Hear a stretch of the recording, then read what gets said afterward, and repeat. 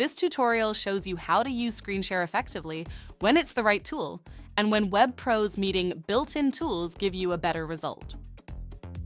Share screen is useful when you need to show something that is live and interactive, such as a website, software, back office, online form, or any workflow that needs to be demonstrated in real time. If it will add value to your meeting, you and others can choose to have your cameras on during a share screen broadcast.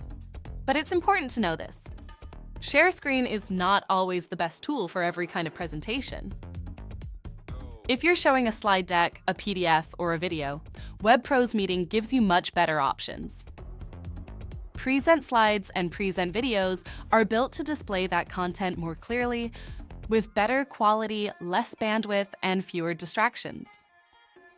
By default, guests do not have access to share screen unless the host gives them that permission. To share your screen, click Share Screen. Click OK. Then choose what you want others to see in the meeting. Once selected, click Share.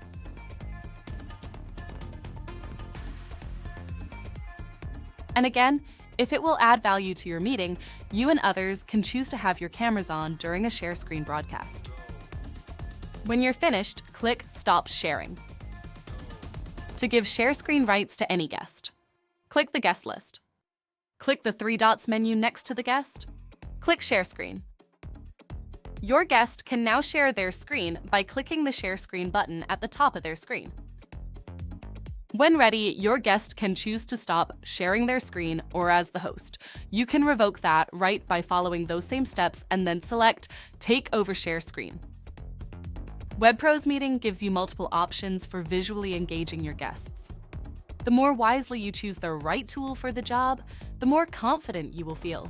The more professional your meetings will look, and the easier it becomes for others on your team to duplicate what you're doing. Thank you for your interest in Web Pro's meeting, and thanks for watching.